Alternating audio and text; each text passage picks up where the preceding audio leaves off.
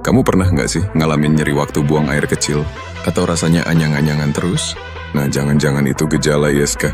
Dan ternyata, ini cukup sering dialami sama remaja putri loh. ISK itu singkatan dari infeksi saluran kemih. Biasanya menyerang kandung kemih, uretra, bahkan bisa menjalar ke ginjal.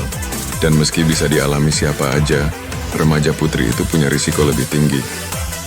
Faktor pertama, edukasi. Banyak remaja putri yang belum tahu pentingnya menjaga kebersihan organ intim. Misalnya, cebok dari belakang ke depan, padahal ini bisa bawa bakteri dari anus ke saluran kemih.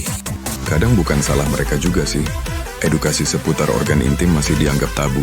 Padahal, ini penting banget untuk kesehatan. Yang kedua, faktor hormonal.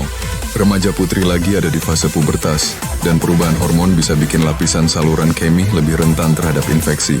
Buat kamu yang memiliki keluhan infeksi saluran kemih dan tidak sembuh-sembuh, sebaiknya hubungi kami, karena kami berpengalaman membantu orang dengan keluhan infeksi saluran kemih sampai tuntas dan tidak kambuh lagi.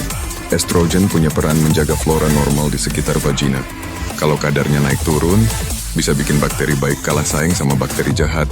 Faktor ketiga, yang kadang sensitif dibahas, yaitu awal mula aktivitas seksual. Banyak yang belum paham, hubungan seksual bisa meningkatkan risiko ISK, terutama kalau kebersihan belum dijaga dengan baik. Bukan buat menghakimi, tapi penting untuk edukasi sejak dini, karena pencegahan selalu lebih baik dari pengobatan. Terus gimana sih tahu kalau kita kena ISK? Beberapa gejala yang sering muncul tuh kayak anyang-anyangan nyeri waktu pipis keruh atau bau. Kadang juga demam ringan. Tenang, ISK bisa dicegah kok. Nih beberapa tips simple. Selalu bersihkan area kewanitaan dari depan ke belakang. Jangan tahan pipis. Banyak minum air putih. Hindari sabun kewanitaan yang terlalu wangi.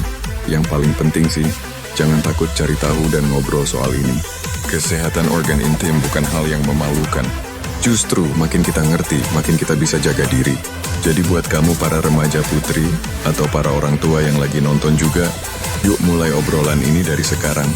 Karena ISK itu nyata, tapi bisa dicegah kalau kita tahu caranya.